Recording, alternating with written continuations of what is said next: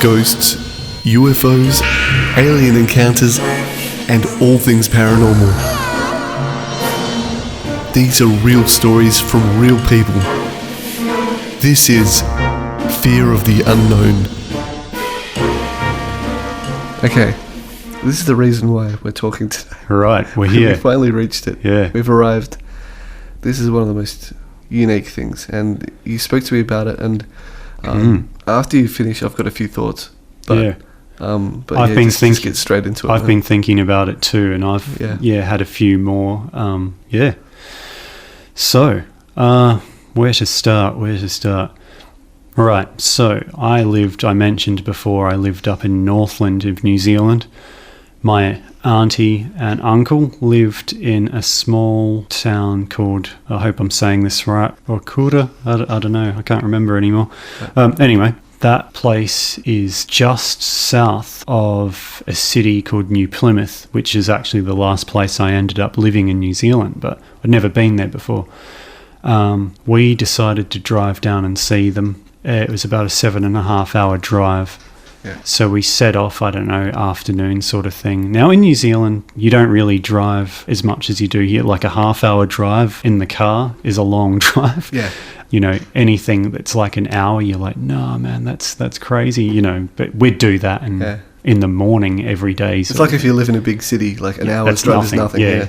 We were country people. Yeah. That shit didn't happen. So Auckland was 2 hours away. Never went there. 7.5 hours. I'd never been in a car that long in my life. So anyway, the last stretch of it was sort of just in from the coast, this very hilly like terrain, really wild, windy roads, high elevation along cliffs and stuff. At some points, they couldn't find a better way to make the road go around these cliffs. They just punched tunnels. Yep. They were like these wicked tunnels through this solid rock that they've carved out. It was really awesome. Now, I distinctly remember going through them because all I could see when I looked out was just like the blackness of the sky, and then the stars would stop, real clear night. And I could just see the shape of these huge hills, like these really jagged hills. Yeah. I remember having the thought to myself, my mum loved the arcade game Defender, side-scrolling spaceship game, and like you can see the mountains, and like to me, like I know it's simple graphics, but they always struck me, they're very effective. Like, you know, I'm like, that looks like I'm in this weird landscape, and to me, I just it would be all parallaxing against the background. So that's what these hills looked like, and I remember thinking that and just looking at them and like told my mum, it looks like Defender. It's like, yeah, I see what you mean there. We're just chatting. My brother's asleep in the car. So, I was about 10. Yeah. He would have been about 6. He's fast asleep. By now, it's getting close to midnight, maybe 11:30 when we were there. Taranaki is the province that all of this was in. So... But these events that you're about to talk about? Yeah. So the city was New Plymouth. Okay. It's in the middle. North of that is a small town where my uncle's mum lived called Waitara. Yeah. So it goes like Bell Block and Waitara, New Plymouth, Okura, and they were all like within a space of 45 minutes sort of thing. At the end of our trip, we had to go through New Plymouth to get to Okura. Anyway, so we're just driving along, and I know this place well now because I used to ride my bike out to it to go down to a river by Bell Block. Yeah, there's a gas station there and a bit of a main strip and just like grass on one side of the road and farmland. We pull up and there's just flashing lights off in the distance. We haven't seen cars for half the night sort of thing. No one's driving around here. It's not, it's rural New Zealand. Sure. Suddenly it's shit, man, it's been a car crash. It's like... So that's the source of the flashing lights in the distance. Yeah. And I remember they had big spotlights out the front of the gas station, so it was really quite illuminated with these street lights. We pull up, and I remember the police being there. There was this car there, or cars, can't remember. But I remember one car anyway. This thing was a wreck. Like, you know when you see a car crash, and you're just left with this tiny cube of metal. Yeah. That's torn apart. It wasn't so much torn apart. It was compacted. It was like someone just cubed this thing and squished it. And it's like, if someone was in there, they're a bunch of mincemeat now, man. Like, they're gone. Yeah. It wasn't like get ripped apart crash. This was like you get squirted out the side. Yeah, you're paste. Yeah. Yeah. Didn't see anything gory or anything like that. But we pulled up, and like I remember my mum just like talking to like a cop or something, and I looked down, and I just remember ambulance with the back open, paramedics sort of standing there, people who looked distressed, probably in the crash. Like, I remember a person sitting there on the curb with his head in his hands, like, fuck, did his mate die or something? And like a person standing up next to him, were they in the crash? I don't know. Cop is like, yeah, just pull up there till we get it clear. The whole road's blocked off. There's stuff everywhere, cars doing... Right. Yeah, it's a proper full scene. Yeah, it was full-blown scene, and this was, no... And you and your mum had just had a conversation. We'd been talking for hours, and like I was so excited to see my auntie, like I wasn't going to sleep, so... we drove up onto the grass, opposite side of the gas station, Actually, there's another car there, and we pulled up next to it, so I was like, oh, this poor... Before you continue, you said something last time about the people that were standing around in a certain weird... Yeah, I think back about it, and I could still see them from where we were, so it was like, me looking, but the person with their head in their hands and the paramedics, when I think about it, only now, like, it's weird, they weren't doing anything. It's... Like, they weren't not moving. They weren't freeze-framed. It's like they were pausing what they were doing, like they were waiting for the next, on the set of a movie. It's like, just hold your positions. We're going to move the camera. Just stay where you are, and we'll resume filming. That's sort of what it felt like. It was weird. Even the lighting? I didn't really notice that until, when I think about it, like, they did have bright spotlights, sort of street lights there by the gas station. I'm guessing because it was like maybe a truck stop or something from memory. I don't know. Right. But something about the way it looked, it was like everyone had this, they weren't glowing, but it was like, I couldn't see a light source, but it's like they were highlighted by a light source. Right. And like they do it a lot in movies now with memory sort of scenes or dream flashbacks. Scenes. Yeah, flashback. They'll be like, remember someone walk past and like they're lit up, like, artificially or digitally, they ramp up the brightness of this particular item or something because it's special or some shit. It sort of felt like that, like there were movie set lights coming from nowhere, but they were striking these people, and it was like fill lights. Yeah, it looked exactly like that. Sort of stage lights, even like on these people, and it just I don't know. When I think about it, it didn't look right. Okay. I remember that like none of the like the fire engine guys were there, and like the cops were there, but they're just standing there, like they weren't talking. That no one was doing anything. And I was just thinking to myself, shouldn't they be putting that person into the ambulance? Shouldn't they be shutting it and driving to the hospital? I was a particularly observant little kid, man. Like I was just... Especially when you're around 10, you like seeing this sort of action. Yeah. It's even the age where you're sort of considering, should I be a fireman or a cop? Because you tend to situations. But you know what goes down with the ambulance. You get the person, you stick him in the back, you drive to the hospital. Why are they just sitting there? Right. They're not doing the operation there, are they? Just a bit weird when I thought about it later. So we pull up onto the grass and there's a car next to us. Me and Mum are talking. We wind down the windows, get a bit of fresh air, and like I'm poking my head out. I'm looking around. Just you could hear the chatter of people doing things, but I couldn't see anybody doing anything. But it sounded like they were. It was like they were pumping in like fake sound of like ambient emergency soundtrack or something. I don't know. And this dude just in the car next to us, his passenger window was next to my mum's, and he just like puts his head out. He goes, yeah, they said they'd get this cleaned up pretty soon. Hey, I've been here a while. And we're like, oh, yeah, we just start talking to this guy. Yeah. Fuck, I remember what this guy looked like, man. Like, really, like, friendly look about him. Yeah. Young dude, early 20s. And I remember, because I used to like Doctor Who, the one who wore the cricket sweater. Yeah. This guy was wearing one of those. And, like, I immediately thought, oh, fucking Doctor Who, mate. Yeah. And he had really white teeth, like, real smiley dude. Really, really curly, white blonde hair. Like, he looked funny. He looked like... Memorable. Yeah, he was a memorable looking dude. I still remember his face. Like, he looked like a nice, friendly person, but he also looked like, you know, now, like, you know, someone at a party who's a bit of a funny, bit of a class clown. Yeah, he looked like an amusing person. Like, his appearance was funny looking. Like, and yeah, we started talking to him. There was only him in the car. He was in the passenger seat. There was nobody else in that car. But, yeah, we're just chatting to him, and he's like, you know, they probably do it in the country here. I don't really get out of the city much, but you pass anyone, you give him a bit of a wave in the car when you're out in the farmlands and stuff, and everyone in New Zealand, you give each other thumbs up and shit, or, like, you know, greet each other in some way. He was just like a typical Kiwi country guy, just like, oh, where are you guys going? It's like, oh, going to Kura. Do you know where it is? He said, yeah. I was like, oh, we've never been to New Plymouth before. He's like, yeah, you know, just small talk. Yeah, nice place. And he's like, what's in Arikura? And so I was like, oh, my mum's like, yeah, my sister, blah, blah, blah. So you're asking him, like, what's what's the deal with the place and stuff? And he's like, oh, where do they live? And we said the name of the street. He's like, yeah, I know it. Right, so you keep going on this road. You go through New Plymouth. You don't turn off this road. He was telling the truth because I lived on that road for a bit, actually. Okay. Yeah. He goes, you drive through it. There's like farmland. You just stay on the main road. First place you'll hit is Oakura. Go along the main road there. There's a gas station on the corner.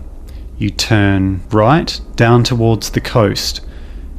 Their house will be along there somewhere. And if you hit the Surf Lifesaving Club, you've gone too far, you're at the beach. You've got to go back up there.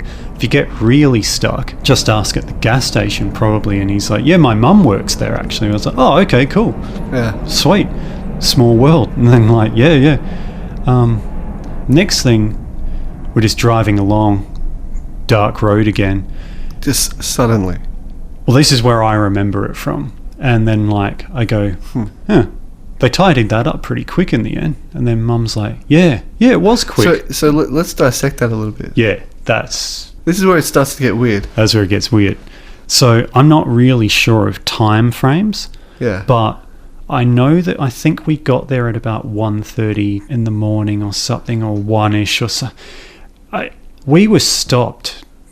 We pulled up and then we went 20 minutes. Wow. Half an hour or something. Waiting for them to clear the road. And yeah. We were waiting for ages and they said, just go park up there. And we talked to this guy and then we talked to each other for a bit. I can't remember what. And we were like, oh yeah, blah, blah, blah. That's pretty cool. And I was like, I can see the city down there. You can see the light from it.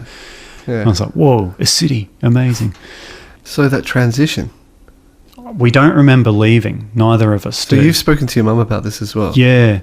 We're just driving and it was like 2 minutes later. Yeah. The time frame that we stopped, we made it within the time frame of us leaving home, the 7.5 hour trip. Like we got there within like, I think you could look up, oh that's right, it was in the old map books. You go through the grid and you go from this city to this one and it would say how long approximately the travel time was. Yeah. It all made sense. So you didn't have this surplus 20 minutes randomly? No, it didn't push us back or anything because my auntie was like milling around. And your mum's not the type to speed as well? No, definitely not. Yeah. Yeah, so we didn't think much of it. And I was just like, yeah, they've got that tidied up pretty quick. And then Mum's like, yeah. I was like, I felt like we were there for ages. You know, we go through New Plymouth and I remember taking in the sights and blah, blah, blah. Yeah. We get to the gas station. We turn down the road. We find their house. You know, my auntie knew we were coming and got up and had a cup of tea. We chatted for half an hour. Sure. My uncle worked at the provincial council and we were like, man, like we were at this crash and we told them all about it. Just past this epic crash. Yeah. And he was like, oh damn. He worked at the council and he's like, oh, I'll ask around because, you know, in small towns, like there's a truck rolls over and it kills a guy. Well, it seemed like that event used up a few local resources. Oh, yeah. It was like bloody everyone was there. Like it was a huge crash. Like multiple emergency vehicles and New Plymouth was a population of like 40,000 or something. So by no means a big place. It's like, you know, you're out in Kalgoorlie and a truck rolls over 10 kilometres out of town. Everybody will be like, fuck, there was a truck roll over last night because someone knows about it. Yeah. And he's like, oh, yeah, I'll check out the council. Somebody will know. And then he's like, yeah, didn't. Because you were staying there for a few days at that place. We were there for maybe 2 weeks or something. Oh, wow. Yeah, we went down for school holidays. Okay. Yeah. So he had plenty of time to get to the bottom of it. Yeah. So I think we went out that way the next day or 2 days later or something like that. We were checking out the place. We drove around. I was like, oh, that's the surf club. Surf Life Saving Club was at the end of the street. Where the friendly curly-headed dude told you about it. Yeah, the dude told me about exactly where he said it was. We went to that gas station with my uncle where the car crash was. Where it happened. We went back to the scene. We went to the scene. I don't know why we were out there, but we were. And I remember standing out there. I just remember this flash of vision of me looking at the ground. I remember doing it. Look down. It's just like gravel out the front of the gas station. But you know how there'll be a little prang at it, traffic lights, and there'll be little cubes of glass everywhere. Yeah. Debris, scratches on the road, shit like that. The thing I always notice is that people sweep up and that bit of road looks like really clean. Yeah. Strangely clean or something. Nothing. Yeah. And I go to my normal untouched road. Looked like a road. Yeah. Let's go to my mum. Well, they cleaned that up really well, didn't they? And she's like, yeah. My uncle's like, what's that? And it's like, no glass or anything. There's nothing. Yeah. And he's just like, oh. So you got out of the car and inspected? Oh, yeah, I remember. I think we got a drink or an ice cream or something. So you walked literally where the scene was? I was on the wrong side of the road from where we were parked, but it was where the crash pretty much, it had to have been. There was nothing there. Like freshly scraped concrete? Yeah, nothing. And we were talking about it. Mum's asked the guy at the gas station, hey, was there a crash or anything? And it's just like, no, not that I know of. We'd know about it if there was something right here. Of course, yeah. It's a tiny place. You would have heard it. Yeah. You would have heard all the vehicles and stuff coming. Nobody. Yeah. Dude didn't know. My uncle was pretty interested in it. He's just like, okay. Yeah. Something like that would be huge, small town news. Yeah, pretty much. That's what I figured. Because I lived in a small place like that. And when there was a car crash, someone would know who it was. Or someone would know someone who tended the scene or something. Everyone's got an interest in... Small town, everybody's bloody nosy. They want to know what's going on. So we're back later in the day in Oakura, and we go to the gas station there that he said... this is the one that he was talking about that he mentioned was on the corner of where you turn. I'm looking at the paper. I'm like, maybe there's something in here. And my mum's looking through the couple of different newspapers they have there too. And she's like, no, nothing here. Usually that stuff's in there. And I'm just like, why is it not in anything? And the woman behind the counter's like, what's that? And we just tell the story, and I'm like, oh yeah, and there was this funny guy there. He had really white curly hair, and my mum's like, oh yeah, and he was wearing a cricket jersey. And he was just in the car by himself. It was so strange. Actually, he said his mum worked here. And this woman just fucking froze on the spot and just looked at us, and tears started running down her face. And she goes to us, a few years ago, my son was killed in the passenger seat of a car, and that's what he looked like, and he was buried in his cricket whites. Obviously. Surely you would have clarified it a little bit more with her details and stuff? No, I don't remember doing so. Right. People have asked, did you find out more? I was like, that's the bloody answer there, isn't it? That I took it as face value. I don't know the rest of the conversation. I'll honestly I'll have to check it with my mum. Yeah. But the thing is, I know that right now you're making an effort to tell all the details that you possibly can. Yeah. It's testament to that you were awake. But not only that, it's like a transcript of detail, which these is are just that's the parts usually missing. Yeah, I remember. Now, looking at the road outside the gas station and all that, it's I remember doing that. Now, that's all there really was to the actual story. But we remember it, and neither of us ever put it in words, hey, look, something weird happened here. I just took it as face value as a kid. That's who we were talking to, because he told us his mum worked there, and that's what he looked like, and she said that's what happened to him. Yeah. That's all the info I needed, as a kid. Yeah. I don't know what my mum thought about it. Now, there's a couple of discrepancies I have with the story and things that don't add up and points I can jump into that I can kind of play devil's advocate to, hey, what if this happened? Yeah. But I will say, when I was about 20 or something, we had a shitty Pentium PC in the living room, and I was doing like a school thing on, I needed Microsoft Word, and I opened it up and I go to recent files to open it, and there was one and it was just called Ghost Story. And I click on it, and my mum had written out like a diary thing of like, I'd been thinking about this and this is what happened. And we'd mention it in passing, like, how weird was that? Like, oh man, it was that woman's son. Like, you know, we just took it as... It's haunting. Yeah, yeah. And I was just like, what happened there? Yeah. But we never really talked about the details. But I have my version of it. Yeah. Now, I'm early 20s here, so it wasn't like, I don't think I was in a state to be easily influenced by some, like, people inserting memories or mums. That's a very skeptical age. Yeah, yeah. Well, I was always... That's when you discover that you're atheist. And yeah, yeah. Oh, yeah. It's a funny one, actually, because I think I turned into a militant atheist for like a year or two there until I realised Richard Dawkins is a fucking dickhead and I don't want to be like him. But it's a different story. Yeah.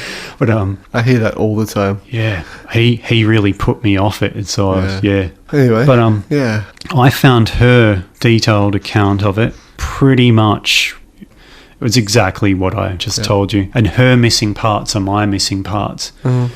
So the starting to drive again and leaving the scene, I admit I could have fallen asleep. And my mum might have just gone like, you know, maybe a bit more superstitious than me, or I don't know, but there was no reason for her to, you know, she didn't go and formulate this thing and then that guy's mum happened to work there.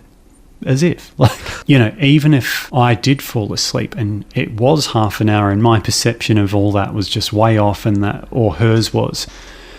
Still, I've tried to rationalize it, and so I'm like, okay, either we spoke to this woman's dead son. Because let's just put it out there. Yeah. It's like you were in a fucking time bubble. This is what... Okay, we were trying to figure it out when I was like... Me and my mum knotted it out. I was like, look, I'm pretty into like the multiverse string theory, like multi-dimension sort of shit. I can't explain it. It's just an interesting idea. I feel like we jumped into a pocket of time and we were there for half an hour, but when we popped out, no time had passed in our current, whatever you call existence. Yeah. My thing with that is, even if that is totally plausible by science, then why was he at the scene of his own car crash? So he's still a ghost, whichever way you look at it. Yeah. That doesn't make any goddamn sense to me because I don't believe in ghosts. But I talk to one.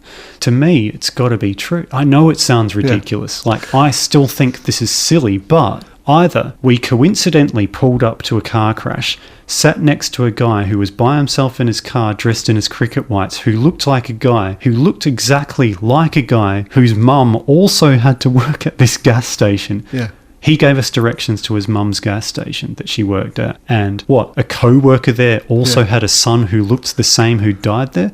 That seems less coincidental than it's just a fucking ghost. And the lady probably would have said, like, oh, that's probably, you know.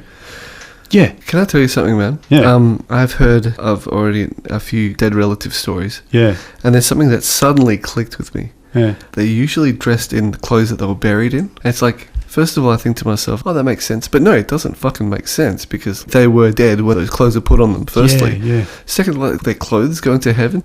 It's like this projected image. I have a feeling it's not actually the person. Yeah, okay. And this is where you start getting into the territory of like aliens and spiritual agendas and like and that great unifying theory that I was talking about. Maybe one day I'm just going to just like make a podcast where I just go on a big rant and I just like explain my thesis.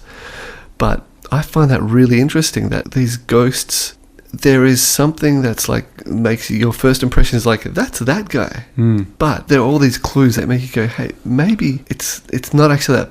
Maybe it's an impersonation, or it's like an echo. Yeah, I think mine might have been something more like an echo or like afterlife. I don't know, purgatory is a weird word. Maybe something less sinister, but like the in between. Yeah. I believed in like a religious heaven at the time and stuff, so all of that made sense. But even if it's some interdimensional thing and everything, I'm like, whatever happened this guy to me is still a ghost, or like he's at the scene of his death because he's like a spirit who doesn't know he's dead or something, and he's still trying to communicate with his mum and he doesn't know he's dead or something. Like it's like you're going through a paranormal double dip. Yeah. It's like there's the time factor thing. Yeah. And he's at his own crash. So that crash wasn't there. Yeah. And he was at it. Yeah. So he's dead at his own car crash, and that car crash we were seeing wasn't happening at that time. Yeah. So never took anything sinister, and like you were saying, like, you know, maybe it's not that person. Like, I feel like he was him. Right. I don't know, just a gut feeling. I feel like he was who he said he was, but he was oblivious to the situation. You know, like maybe he was going through what you went through. Maybe it's like maybe there's sort of time space, like a convergence of some events. Yeah, and you're seeing him experience what you experienced, where he didn't realize he was looking at his own. Yeah. Maybe I was at the place where he died. It was unknown to him, and that was just him moving on or something, and we popped into that. So it isn't a double dip. It's more like we're just in this situation, and we're seeing all of this unfold from his perspective, because everything was frozen. Like nothing was happening. Another thing I want to bring up is the lighting, because one thing about sightings and ghosts and things like that is that, like, I've had a few very occasional lucid dreams, and I try to get in as much information, or the lighting is always consistent. There are no like lighting anomalies.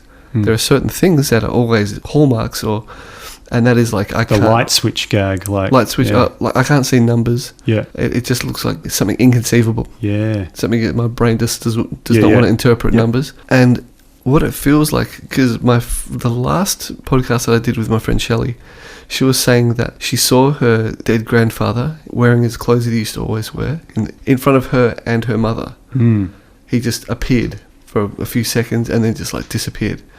But she said the lighting was off. Like something was off. It's like unnatural. Like, it's not consistent with.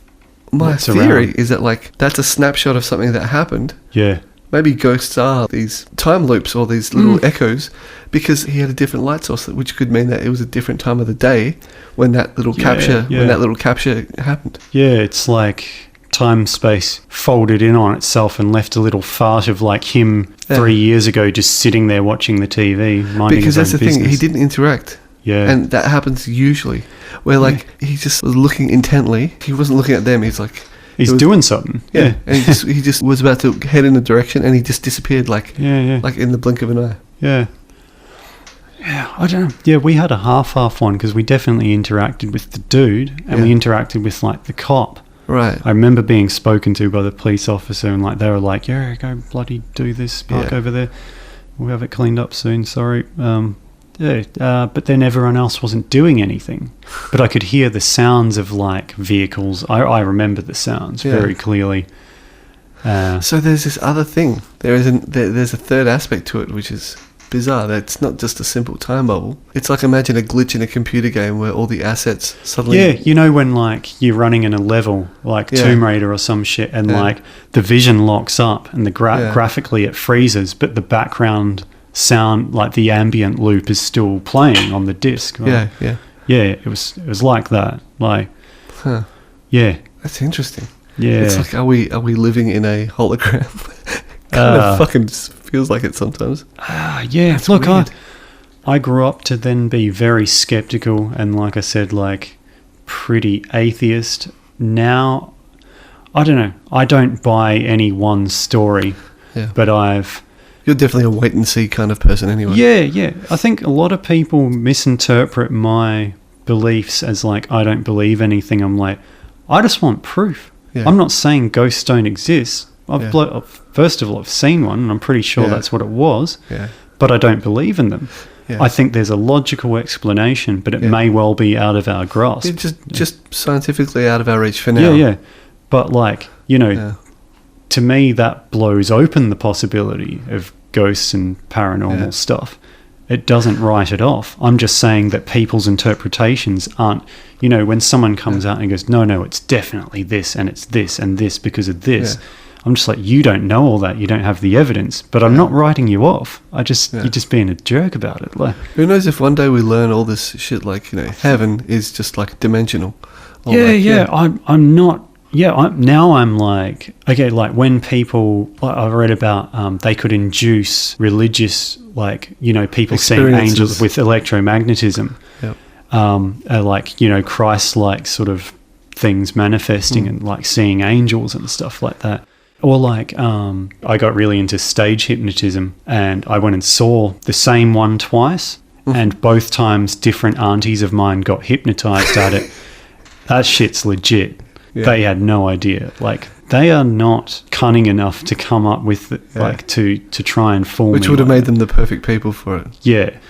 But all of that sort of stuff, I'm not writing it off. I'm like, you know, I've heard people tell stories of like a very atheist person has gone to church and be surrounded by everyone praying for them and then like collapsed and had some kind of weird experience. Right. Or it's like, I'm thinking symbol of like the power of suggestion mixed with pressure, mixed with like some cultural aspects. Like, you know, I think the Western world has religion and religious, like Christianity sort of embedded in us. Even me, I don't really particularly believe in any of it, but you're subconsciously always, oh fucking hell, it's Satan fucking with me. Even if you don't believe that, it's going to pop up in your head as a, maybe not what everybody, or like what some priest's interpretation of it is, may not be correct, but I'm not saying there's nothing happening.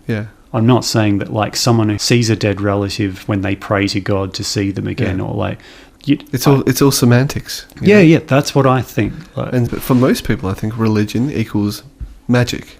Yeah, it's magic and fantasy rules. Yeah, where it's outside of science, it can defeat science, or it's at odds with science. I think all of that and all of ghost stuff and alien shit, people are just trying to explain everything.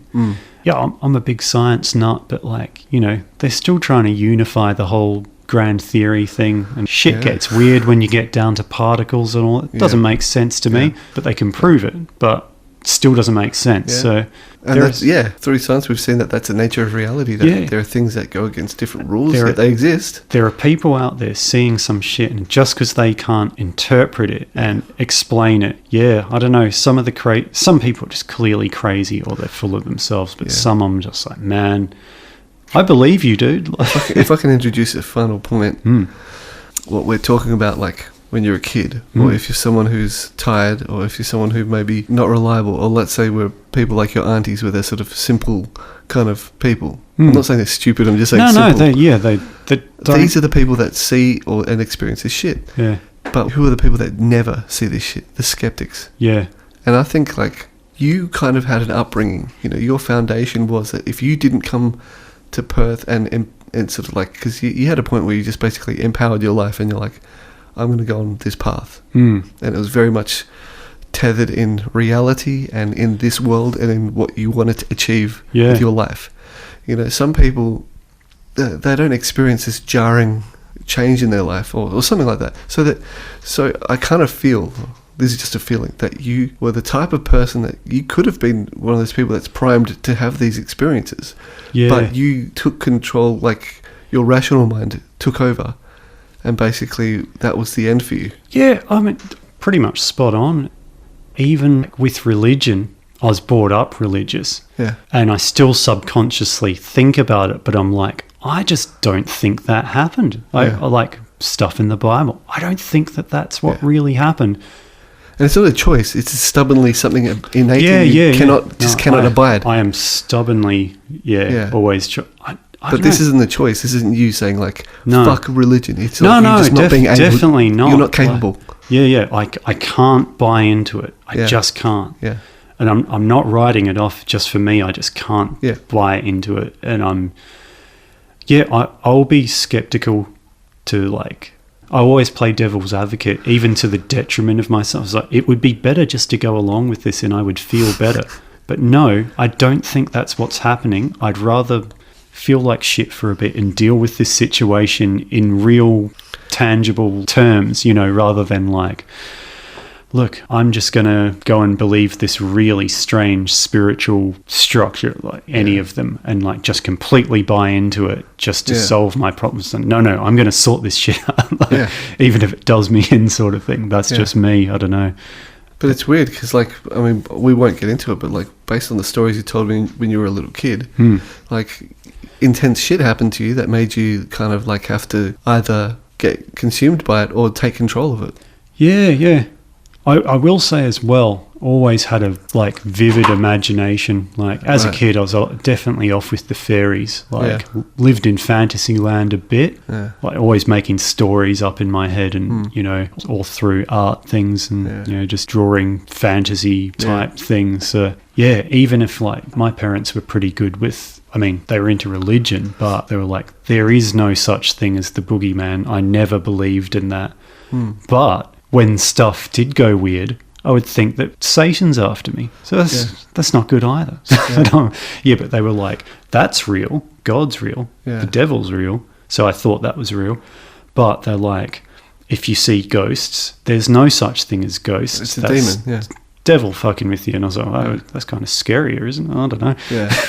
But so like aliens, not real. No such thing as monsters. It was only a religious aspect, but I was still scared of all the like stuff they said wasn't real, because I was like, no, it is real, man. Fuck, this is shit. So you still don't really believe in because I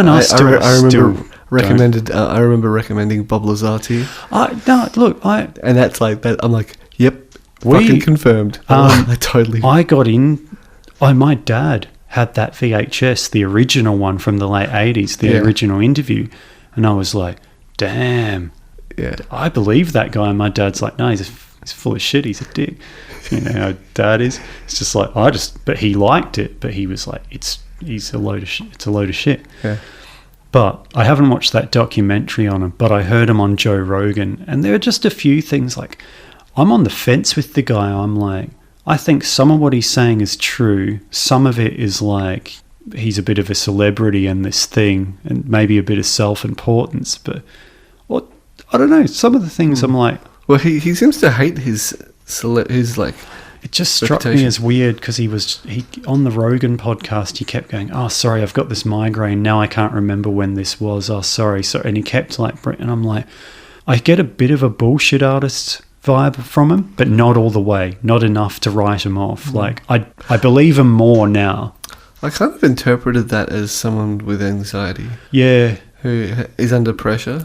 I kept trying to attack it from different angles, and I'm like, maybe that's his act, where he's like, I hate the celebrity of it, but he really likes it, and like, I've got a migraine, but it's because I'm anxious because of all of this. It's too much to remember. It's hard to talk about, but I love talking about it. So, well, the thing is, I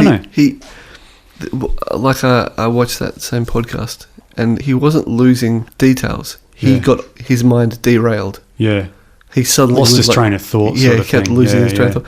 When people are bullshitting, quite often they're putting in this kind of false energy, or this kind of they keep the traction going. Yeah, they talk like this. Do you know, I know Michael Jackson was weird, but that recent thing where those two guys came out and they go on the Oprah Winfrey show and they, got book deals and lots of money out of it. The way they talk sounds like they're so full of shit, because they're like, and Michael did this. It's like they're still kind of... It's funny you say that, because they're not the NSYNC dancer guy, but the other guy. For some reason, I believed the guy. I'm just like, that guy's mentally scarred by something. Yeah. When it's genuine sort of like PTSD, what he felt like. They suddenly like, it just suddenly comes out, the emotion. That's what... They don't build up to it, you know? Yeah, he felt pretty consistently like a broken person. Whereas the other guy, I don't know, I could believe him or not, but I think that like he had working against him was he's like a jock guy with a goatee without the moustache. Like he looks kind of like a douchebag. He's got a douche vibe about him, so you're not going to believe him. I don't know whether I believe him or not, but the other guy's like, I think I believe you. I don't know. Yeah. Okay, last thing. Promise this is the last one thing. Oh, you're all right. This has been the longest podcast so far. It's been great though. Fuck, I had no idea how many stories you had. But aliens aside, do you believe in UFOs? Oh, I'm going to go with no.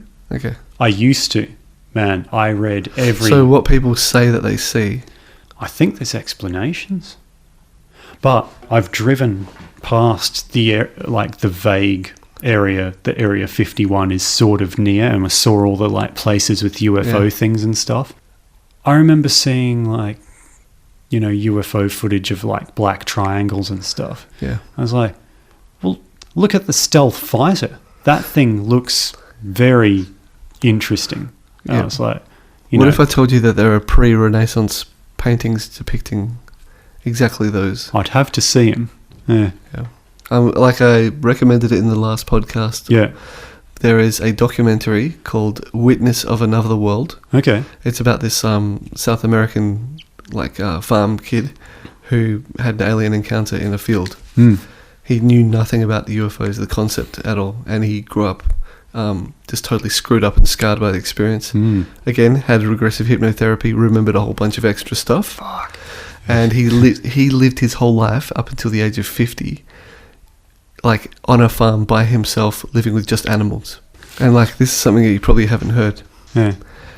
The US government has acknowledged the existence of UFOs, and they've reclassified it to UAP, unidentified aerial phenomenon. I vaguely remember reading this. Yeah. So, because like what people are saying is that like UFOs don't necessarily mean aliens. Yeah, it's just an unidentified. Yeah.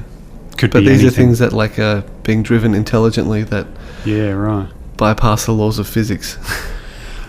Some of that footage that like you see of specks changing direction and stuff, that spins me out. But this is like a footage of it recently got declassified, but it was smuggled footage, and the US Navy has acknowledged it. Yeah, right. And it's of like there's 3 bits of footage, and they all have like their fighters kind of like tracking these objects that are flying saucer shaped, and it's like their tracking technology is not fast enough when it zips away and stuff. No. Yeah, that shit weirds me out. The final part of this UFO thing, it's going to sound ridiculous. Tom DeLonge from Blink-182? He quit Blink-182 to become like this UFO guy. Yeah, he's right. Invested all his money into the Stars Academy. Yeah. To the Stars Academy is like, I looked into it, and there's a few old UFO truth people out there that have gone in on this with him. They have, and this is something that you can see online, and it was in all the articles. He has a contract with the government to reverse engineer UFO materials. Who does? Tom DeLonge. Oh, that's weird. Yeah, it's fucking weird. If it's a cover-up, like, I don't know what the fuck they're trying to achieve. Yeah. If that's legit, why are they doing it? Like, if it isn't what he's doing, why does that exist? That's pretty strange. Yeah. There's a concept called soft disclosure. Yeah, right. Which is basically like just getting people used to an idea that would otherwise cause hysteria. There was a few years ago, like, I think they admitted that they do have a procedure if we were to come in contact with life forms, what they would do. There is a thing there, so it's like contingencies that are official and shit. Either it is there and they know it, like Bob Lazar says, or they're like, look, there's a good chance it's going to happen. I will say this, I don't know what's true or not. I don't really buy much of it. Yeah. I haven't really looked up much, but it's like, well, don't know. But there's nothing to stop it happening tomorrow, Independence Day or whatever. Oh, actually, going to springboard off that. You mentioned Independence Day.